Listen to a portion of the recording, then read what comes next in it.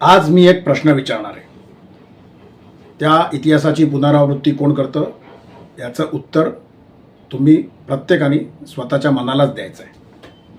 आणि त्यासाठीच हा व्हिडिओ शेवटपर्यंत बघा, कारण शेवटी मी जो प्रश्न विचारणार आहे त्याचं उत्तर प्रत्येक मराठी माणसाकडे असायलाच हवं आणि ते असेलच. फक्त ते त्यांनी प्रामाणिकपणे आपल्या स्वतःच्या मनाला द्यावं. नमस्कार, मी अजय निकते, ऑफिशियल अजय निकतेमध्ये आपणा सर्वांचं स्वागत करतो. आजचा व्हिडिओ तुम्हाला कळलेलाच आहे कुठल्या विषयावरती आहे ते. मागच्या व्हिडिओमध्ये मी काँग्रेसने मराठी माणसाला कशी वागणूक दिली हे तुम्हाला स्पष्टपणे सांगितलंच आहे. त्यामुळे परत एकदा त्याच मुद्द्यांची मी त्याला म्हणता येईल की उजळणी करणार नाही आहे. तेच मुद्दे मी परत तुमच्यासमोर मांडणार नाही आहे. काही ओझरता उल्लेख मात्र निश्चितपणे करेल. फक्त एक आठवण सांगतो. मराठी मातीचे सुपुत्र चिंतामणराव देशमुख यांचा जन्म 14 जानेवारी 1896 रोजी झाला आणि 16 जानेवारी 1956 रोजी तत्कालीन काँग्रेसचे पंतप्रधान जवाहरलाल नेहरू यांनी आकाशवाणीवरती जाहीरपणे असं सांगितलं की मराठी माणसाची, तुमची आमची लाडकी मुंबई केंद्रशासित करण्याचा कुटील डाव काँग्रेस आखत आहे, हे त्यांनी जाहीरपणे सांगितलं होतं. आणि उद्या आहे 15 जानेवारी. 14 जानेवारी सी.डी. देशमुखांचा जन्मदिन. 16 जानेवारीला काँग्रेसचे पंतप्रधान नेहरू यांनी केलेली मुंबई केंद्रशासित करण्याची घोषणा, आपली मराठी माणसाची मुंबई केंद्रशासित करण्याची घोषणा. आणि उद्याचा 15 जानेवारी, 14 जानेवारी आणि 16 जानेवारीची मधली 15 तारीख. आणि या 15 तारखेच्या उद्याच्या 15 जानेवारीसाठी तुम्हाला एक संकल्प करायचा आहे. तो संकल्प एवढाच आहे, मराठी माणसाचा केलेला वारंवार अपमान गेल्या 60-65 वर्षातला काँग्रेसने, तो तुम्हाला लक्षात ठेवायचा आहे. आणि उद्याच्या मतदानाला हा दृढ संकल्प ठेवून सजगपणे मतदान करायचं आहे की काँग्रेसने मराठी माणसाचा, मराठी मातीचा, मराठी भूमीचा, या महाराष्ट्राचा कधी कधी आणि किती किती वेळा अपमान केलेला आहे. मी मगाशी म्हणालो त्याप्रमाणे फक्त उजळणी करायला मी ती मागच्या व्हिडिओची बसलेली नाही, पण उजळता उल्लेख करणं क्रमप्राप्त आहे म्हणून सांगतो. संयुक्त महाराष्ट्राबाबतची भूमिका असो, मुंबईबाबतची भूमिका असो, हे सगळं मी तुमच्यासमोर कालच्या परवाच्या व्हिडिओमध्ये मांडलेलं आहे. आणि म्हणूनच मी म्हणतो आहे त्याप्रमाणे इतिहासात मी जाणार नाही. फक्त आज प्रश्न इतकाच आहे की तसं वागणाऱ्या काँग्रेसला आज महाराष्ट्रात कोण बरोबर घेऊन जात आहे, त्या काँग्रेसच्या मांडीवरती कोण जाऊन बसलं आहे, त्या काँग्रेसला वळचणीला कोणी घेतलेलं आहे. ती तुमची आमची शिवसेना आहे का? वंदनीय बाळासाहेबांचे विचार काय होते?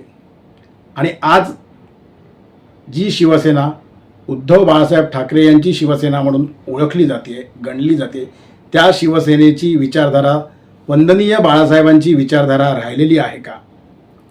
वंदनीय बाळासाहेबांनी शिवसेना कुठल्या कारणास्तव उभी केली होती? मराठी माणसासाठी उभी केली होती.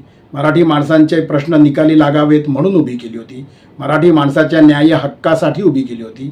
त्या शिवसेनेचे विचार काय होते? वंदनीय बाळासाहेबांनी उभ्या केलेल्या शिवसेनेचे, वंदनीय बाळासाहेबांनी स्थापन केलेल्या शिवसेनेचे विचार काय होते? वंदनीय बाळासाहेब असेपर्यंत ती विचारधारा नीटनेटकेपणे आणि जोरकसपणे पुढे नेली जात होती. आणि आज काय परिस्थिती आहे याचं कारण, वंदनीय बाळासाहेबांनी शिवसेना उभी केली होती, ती काँग्रेसच्या विरोधात उभी केली होती, ती मराठी अस्मितेसाठी उभी केली होती, ती हिंदुत्वाच्या विचारधारेसाठी उभी केली होती. गर्व से कहो हम हिंदू है या एका घोषणेवरती वंदनीय बाळासाहेबांचं मतदान तब्बल 6 वर्षासाठी स्थगित करण्यात आलं होतं.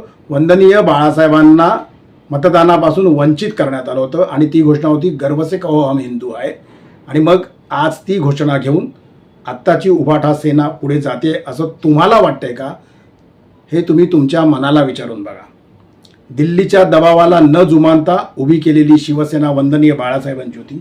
मराठी माणसाचा आवाज बुलंद करणारी शिवसेना, मराठी माणसाचा न्याय हक्कासाठी झगडणारी शिवसेना वंदनीय बाळासाहेबांची होती. मग तीच शिवसेना आज आहे का, हा प्रश्न तुम्ही तुमच्या मनाला विचारायचा आहे. वंदनीय बाळासाहेबांनी त्यांच्या हयातीत कधीही काँग्रेसची विचारधारा स्वीकारली नव्हती, हे तुम्ही इथे लक्षात घेतलं पाहिजे, तुमच्या मनाशी बिंबवलं पाहिजे. उलट काँग्रेसच्या धोरणांचा त्यांनी उघडपणे आणि ज्याला म्हणता येईल की मनापासून आणि जोरकसपणे सातत्याने विरोध केला होता. आणि आज आपण काय पाहतोय हे देखील तुम्ही तुमच्या मनाला विचारा. आजच्या शिवसेनेचं नाव हे केवळ शिवसेना आहे का? विचारधारा ती आहे का?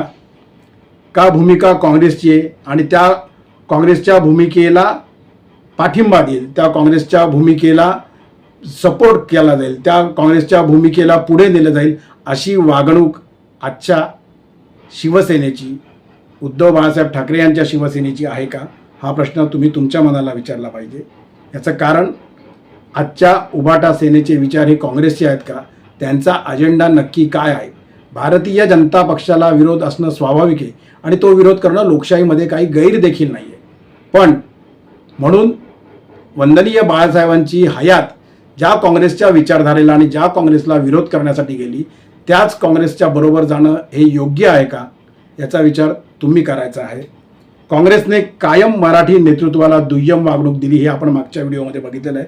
परत एकदा सांगतो, मग परमपूज्य बाबासाहेब आंबेडकर असोत, स्वातंत्र्यवीर सावरकर असोत, कट्टर काँग्रेसी ज्येष्ठ नेते यशवंतराव चव्हाण असोत, या सर्वांना आणि मगाशी मी जे म्हणालो ते चिंतामणराव देशमुख असोत, या सगळ्यांना काँग्रेसनी कायम दुय्यम वागणूक दिली.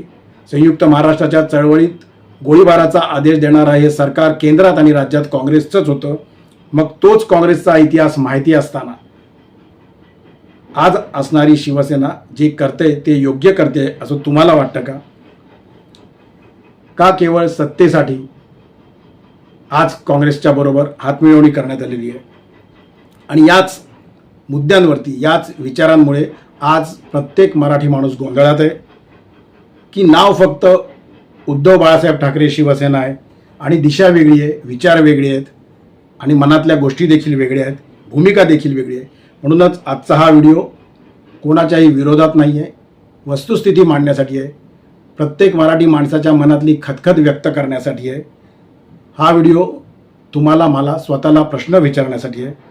कारण हा प्रश्न माझा एकट्याचा नाही आहे, हा प्रश्न केवळ तुमचा नाही आहे, हा प्रश्न या मराठी मातेचा आहे, हा प्रश्न या मराठी भूमीचा आहे, हा प्रश्न महाराष्ट्राचा आहे, हा प्रश्न महाराष्ट्र धर्माचा आहे आणि हा प्रश्न वंदनीय बाळासाहेबांच्या विचारधारेचा आहे.